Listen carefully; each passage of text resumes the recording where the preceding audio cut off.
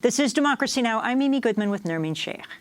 President Trump visited Dayton, Ohio and El Paso, Texas Wednesday in a politically polarizing trip that followed last weekend's mass shootings that killed a combined 32 people, including the Dayton gunman. As he was prepared to leave for Dayton and El Paso, Trump hinted at support for strengthening background checks for gun purchases. Earlier this week, he also made a link between mental illness and gun violence. Third, we must reform our mental health laws to better identify mentally disturbed individuals who may commit acts of violence and make sure those people not only get treatment, but when necessary, involuntary confinement. Mental illness and hatred pulls the trigger, not the gun. Despite Trump's claim, people who suffer from mental illness are far more likely to be the victims of gun violence than perpetrators of it. Trump, however, is not the only political figure to push the narrative that mental illness is responsible for last weekend's tragic events. According to a new article in Time magazine, quote, legislators across the political spectrum, ranging from Democratic presidential candidates like Bernie Sanders and Andrew Yang to Republicans like the governor of Texas and President Donald Trump, were quick to assign blame to mental illness, despite ample evidence that gun violence is not a mental health problem. For more, we're going to Dr. Megan Ranney, one of the authors of the Time article, The Dangers of Linking Gun Violence and Mental Illness. She's an emergency room doctor, associate professor of emergency medicine at Alpert Medical School, Brown University, and chief research officer at AFFIRM Research, a nonprofit focused on firearm injury reduction. Welcome to Democracy Now! It's great to have you with us, Dr. Ranney. So if you can respond to President Trump immediately saying it's not guns, it's mental illness that pulls the trigger. So that is just false. The mass shootings that we're experiencing across the United States, the vast minority of them are committed by people with serious mental illness. About 20% of Americans across the country suffer from mental illness. And as you mentioned, they are far more likely to be victims of violence than perpetrators themselves. Where they're most at risk is risk of suicide. As you said, 2/3 of gun deaths across this country are suicides. And by labeling mass shootings as mental illness, we risk further stigmatizing the mentally ill, driving them away from treatment, increasing the rates of suicide, and also preventing us from making forward progress on this epidemic. Well, Dr. Ranney, can you explain how did this link come about that basically all these mass shootings in the U.S. are a result of mental illness? It's not an obvious conclusion to draw. Yeah, I mean, I think that we want to assign blame somewhere. And in common conversation, you'll hear people say, oh, that guy must have been crazy, right? It seems, quote unquote, crazy to go and shoot a lot of people. It's something that's been repeated over and over by the news media. About 40% of articles about mass shootings mention mental illness as a cause. It's something that we've come to believe as a nation, but the evidence does not support that link. It supports a link between substance use and mass shootings, a link between hatred and mass shootings, a link between prior violence and mass shootings, but not with mental illness. Well, isn't the major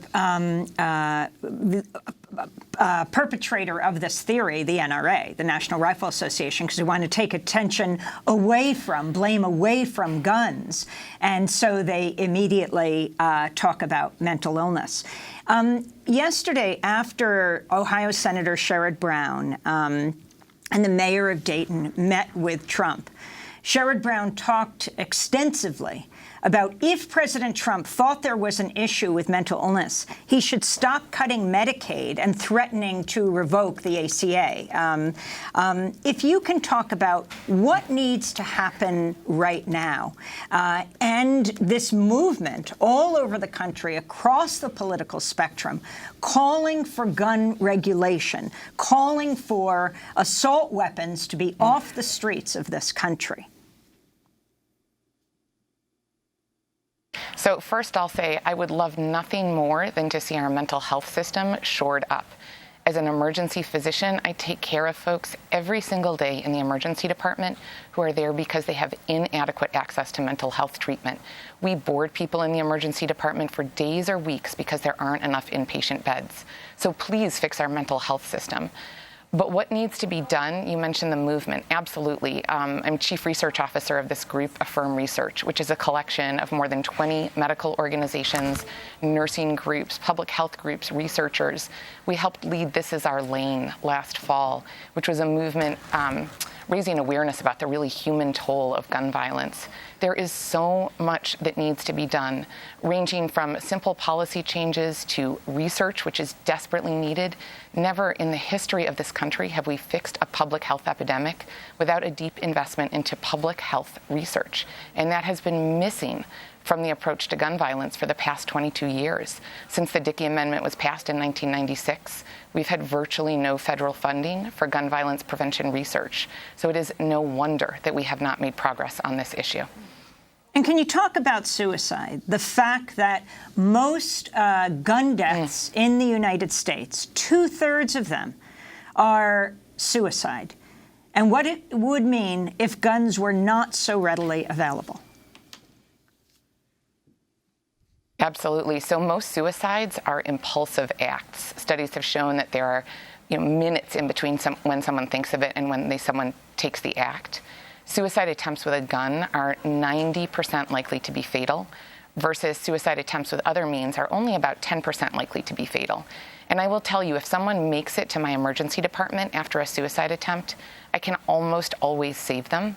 I very rarely see people who've tried to shoot themselves because they die before they make it to my doors. If we could decrease access to guns for people who are in that moment of intense fear and intense desire to take their own life, we can save lives. There's a lot of efforts going on across the country to do that. There's actually great cooperations with gun shops and with gun groups to try to raise awareness about the signs of mental illness. Of course, there are also the extreme risk protection orders or red flag laws, which have been shown to decrease gun suicide rates. There is so much that can and should be done, and we are failing our country by not doing it. Can you also talk about the trauma, especially the Latino community feels right now across this country? I mean, you have Congressmember Escobar representing El Paso saying President Trump has put a target on our whole community. I believe this is one of the largest slaughters of Latinos in American history in El Paso. And at the same time you had that going on yesterday, the meeting of Trump in El Paso, no victims agreed to meet with him, by the way, who were in the hospital. And Dayton, you have this mass ICE raid in Mississippi, where it was believed to be the largest raid in U.S. history of almost 700 workers at various facilities.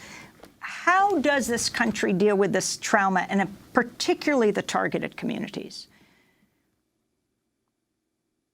Yeah, that's a great question. And there's a complex answer. So again, I'm going to go back to the fact that there's been so little research for the past 22 years.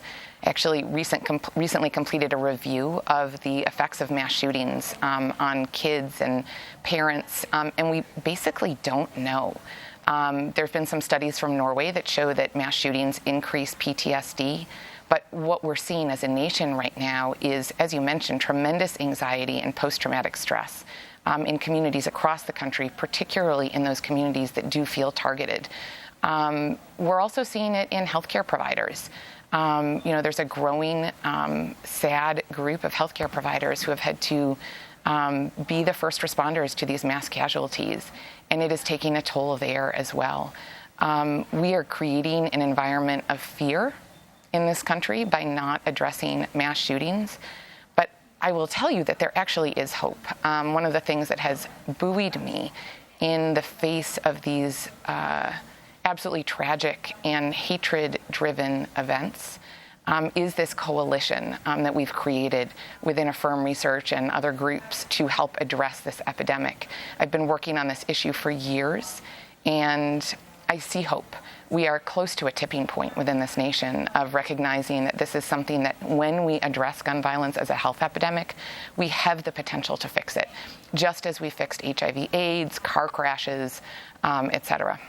Dr. Megan Ranney, I want to thank you for being with us, Emergency Room Doctor. We will link to your piece in time, The Dangers of Linking Gun Violence and Mental Illness. Democracy Now! Produced by Mike Burke, Dina Guster, Carla Wills, Tammy Warnoff, Libby Rainey, Sam Alcoff, John Hamilton, Robbie Karen, Honey Masood, Tring and George, Tay Maria Estudillo, and Maria Taracena. I'm Amy Goodman with Norman Shea.